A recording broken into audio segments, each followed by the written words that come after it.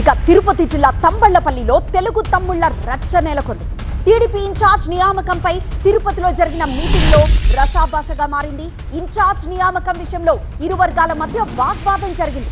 నేతల అభిప్రాయం తీసుకునేందుకు వచ్చిన ఇన్ఛార్జ్ మంత్రి బీసీ జనార్దన్ రెడ్డి, జిల్లా మంత్రి రామ్ ప్రసాద్ రెడ్డి ఈ ఇద్దరు మంత్రుల ముందే గొడవకు దిగారు ఇరు వర్గాల నేతలు.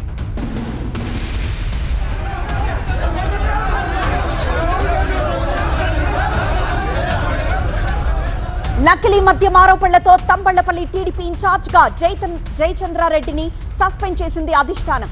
ఆ తర్వాత కొత్త ఇన్ఛార్జ్ నియామకంపై పార్టీ శ్రేణుల అభిప్రాయాన్ని తెలుసుకునే ప్రయత్నం చేసింది.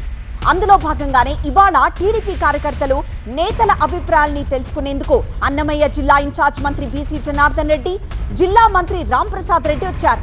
ఊహించినట్లుగానే ఇరు వర్గాల మధ్య ఉద్రిక్త పరిస్థితులు ఏర్పడ్డాయి. మంత్రి ముందే గలాటాకు దిగారు టీడీపీ కార్యకర్తలు. వారికి మంత్రులు సర్ది చెప్పడంతో పరిస్థితి సద్దుమణిగింది.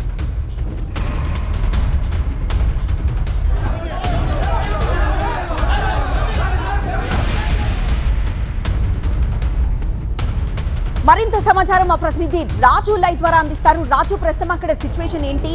ఇన్ఛార్జ్ నియామకం విషయంలో జరిగిన ఈ గొడవకి సంబంధించి ఫుల్ డీటెయిల్స్ ఏంటి?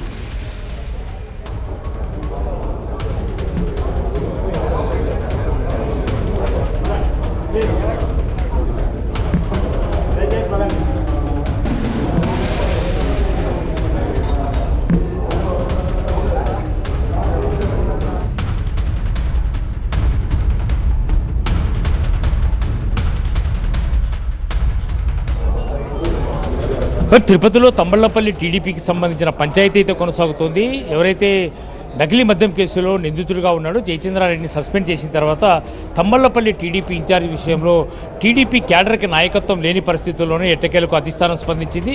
ప్రస్తుతం అయితే తిరుపతిలో మాజీ ఎమ్మెల్యే శంకర్ సంబంధించినటువంటి అనుచరులతో పాటు జయచంద్రారెడ్డికి సంబంధించిన అనుచరులు కూడా పెద్ద ఎత్తున పార్టీ కార్యక్రమానికి హాజరయ్యారు. అయితే జిల్లా ఇన్ఛార్జ్ మంత్రిగా ఉన్నటువంటి బీసీ జనార్దన్ రెడ్డి ప్రస్తుతం అయితే పార్టీ కార్యకర్తల అభిప్రాయాలను సేకరించే పనిలో ఉన్నారు.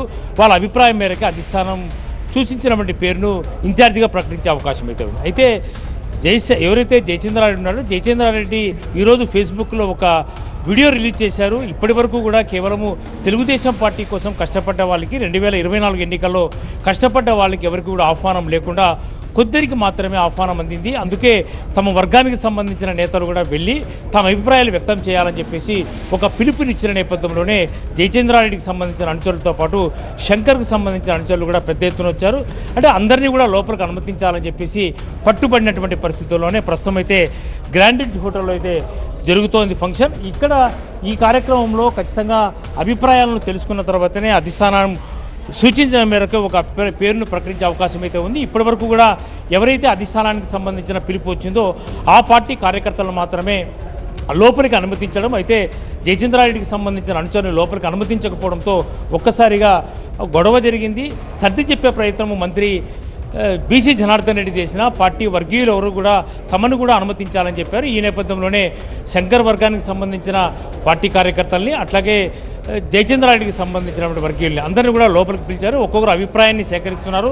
అభిప్రాయం తీసుకున్న వాళ్ళని బ్యాక్డోర్ నుంచి తిరిగి పంపిస్తున్నారు. ఏమాత్రం కూడా ఇబ్బంది జరగకుండా ఉండే ప్రయత్నం అయితే అధిష్టానం చేస్తున్నా ప్రస్తుతం అయితే జోనల్ ఇన్ఛార్జిగా ఉన్న దామచర్ల సత్యతో పాటు సుగవాసి ప్రసాద్ బాబు అట్లాగే జిల్లా ఇన్ఛార్జి మంత్రిగా ఉన్నటువంటి బీసీ జనార్దన్ రెడ్డి ఈ ముగ్గురు కూడా ఎప్పటికప్పుడు పార్టీ కార్యకర్తల అభిప్రాయాన్ని తెలుసుకునే ప్రయత్నము చేస్తున్న పరిస్థితి కనిపిస్తుంది. అయితే లోపల జరుగుతున్నటువంటి కార్యక్రమాన్ని చూపించే ప్రయత్నము టీవీ9 చేస్తుంది. అయితే లోపలికి ఎవరిని మీడియాను అనుమతించినటువంటి పరిస్థితి కనిపిస్తుంది. పార్టీ కార్యకర్తల్ని అదుపులోకి తీసుకోకుండా అంటే ఏ రకమైనటువంటి గొడవ జరిగినా ఖచ్చితంగా పోలీసులు మాత్రము కట్టుదిట్టమైన భద్రతా ఏర్పాట్లు చేశారు. పార్టీ కార్యకర్తలు ఎవరు కూడా గొడవ పడితే మాత్రం ఖచ్చితంగా చర్యలు తీసుకుంటామన్న ఒక సంకేతం ఇచ్చే ప్రయత్నం అయితే పోలీస్ యంత్రాంగం చేస్తుంది. అయితే పార్టీ కార్యకర్తల అభిప్రాయం మేరకే ఇన్ఛార్జిని ప్రకటించాలన్న ప్రధాన డిమాండ్ అయితే రెండు వర్గాల నుంచి వినిపిస్తున్న నేపథ్యంలో ఉదయం ఫేస్బుక్లో తాను సెల్ఫీ ఒక రిలీజ్ చేసినటువంటి జయచంద్రారెడ్డి ఖచ్చితంగా పార్టీ కోసం పనిచేసిన వాళ్ళ అభిప్రాయాలను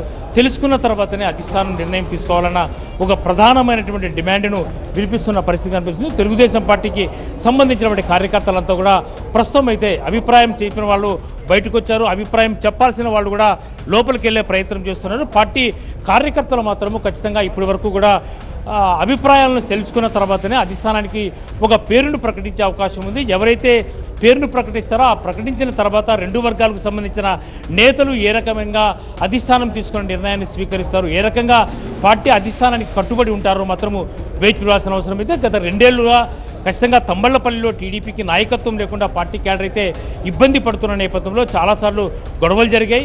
ప్రస్తుతం అయితే జరుగుతున్న సమావేశం తర్వాత కూడా గొడవలు జరిగే అవకాశం ఉందా, లేదు హైకమాండ్ తీసుకున్న నిర్ణయాలకు కట్టుబడి పార్టీ క్యాడర్ పనిచేస్తుందా వేచి చూడాల్సిన అవసరం అయితే ఉంది. ఎస్ రాజు.